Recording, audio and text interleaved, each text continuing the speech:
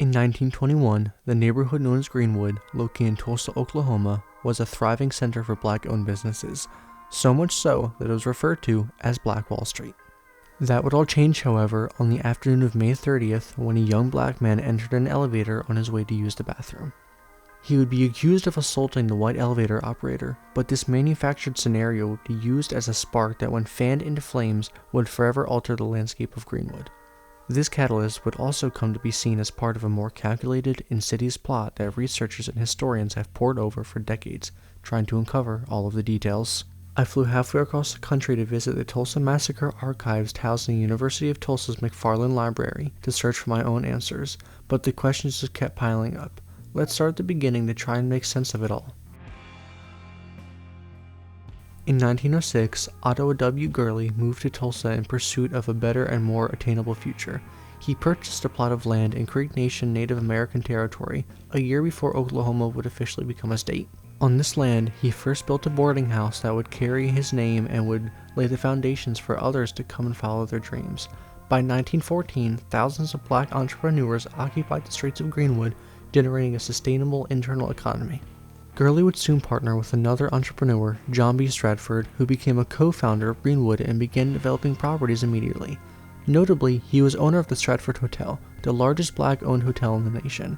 He also owned a car repair shop that was welcoming to both black and white Tulsans.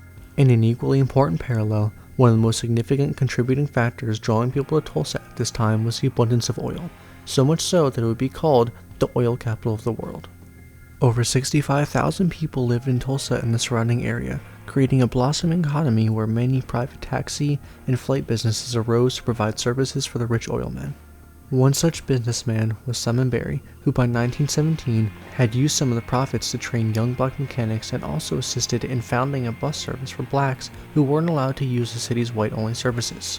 Another one of the people attracted by Gurley's ambitious project was Dr. A.C. Jackson, one of the nation's finest and only black surgeons, deemed by the renowned Mayo Clinic as the most able black surgeon in America. Jackson had moved from Guthrie to Greenwood to escape the oppressive Jim Crow laws with plans to build a hospital. Power couple John Williams and Lula May would also relocate from Arkansas to Tulsa, building the Dreamland Theater. They were quickly identified on the streets of Greenwood by 1911, having owned the first car in the district. Together, they were two of the richest and most prosperous business owners in Tulsa. Even someone such as Mabel B. Little, who owned a cafe and a beauty salon, stayed open late on Thursday nights for Maid's Night Out, an event specifically for black women who worked as domestic servants in white homes. She also paid for the remodeling of Mount Zion Church in full, having it renovated by April of 1921. Everyone who came played a role in Greenwood's success. During this time, the local chapter of the Ku Klux Klan would have over 1,000 names on it. As of May 29, 1921, the congressional report stated that there were 191 businesses, including doctors, lawyers, grocers, tailors, and schools. Of the 35 blocks that held businesses just like these, at least 70 of them, along with 1,150 residences, would cease to exist in what victims would describe as two of the longest days of their lives. Okay, so this is where it begins. Dick Rowland was working at a white-owned shoe-shining parlor that provided no bathrooms, so he headed to the top floor of the drugstore building, where the only colored bathroom could be found. Newspapers such as the Tulsa Tribune would falsely claim that while he was in the elevator operated by a young white girl, Rowland assaulted her. A nearby store clerk claimed that he heard shouting and called for the police. According to the congressional report from 2025, the most likely explanation is that Rowland simply tripped and stepped on her foot, and when she screamed, he fled. Rowland had been taken into custody at the courthouse, and by 7:30 that evening, a large group had assembled, demanding Rowland be sent out. Since those holding Rowland did not cave to the mob's ambitions of lynching, the white mob attempted to storm the nearby National Armory in the hopes of attaining more weaponry, and by this time, their pursuits were no longer focused on Rowland, instead setting their sights on all of Greenwood. The crowd outside the courthouse quickly grew to over 2,000 people. The sheriff, Bill McCullough, put armed men on the roof and disabled the elevator. Here's another photo of the sheriff at a Klan meeting, so it was no wonder why black citizens showed up to defend the courthouse themselves. The police chief, John A. Gustafson, was nowhere to be found. As a white man forcibly tried to disarm a black man, a shot rang out. Almost immediately, police opened fire on any black individual with a weapon, and the survivors retreated. The police took this opportunity to swear in special deputies who had only been minutes earlier a part of the impending lynch mob at the courthouse. There were now no impediments to the oncoming rampage. Drive-by shootings in black neighborhoods were now happening by the carloads of armed whites. They also began breaking into homes and murdering the occupants, one of their victims being the renowned Surgeon A.C. Jackson. Additionally, the mob soon began looting the valuables and setting the homes on fire. The 50 available National Guardsmen would begin rounding up black citizens and turning them over to the police as prisoners. There was a coordinated attack being planned, and black residents soon began to flee and were killed while doing so. The whites already in Greenwood began using the language of a Negro uprising to further incite what the congressional report identifies as up to 600 additional whites to participate in the massacre. At 2:15 a.m., the governor finally deployed a train carrying 100 more National Guard soldiers at Tulsa. With the National Guard not arriving for several hours, a siren was set to be heard, and now almost 10,000 whites descended upon Greenwood. A machine gun opened fire again, and the white rioters came across the Frisco tracks. John Williams held off a group in one of his businesses, but fled north after being overwhelmed.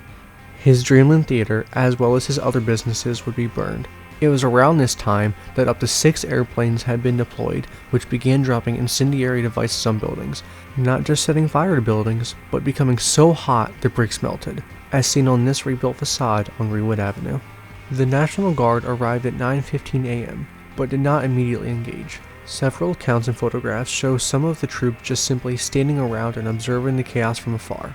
During this time, a white lawyer later testified 4 Tulsa police officers who had been called to protect several homes arrived and proceeded to set those homes on fire. Martial law would eventually be declared at 11:30 a.m. on June 1st, and the National Guard finally moved into the neighborhood to begin disarming the white vigilantes. With the dust now settling and the flames extinguished, more than 300 Tulsans would be dead and upward of 10,000 were without homes or businesses to go back to.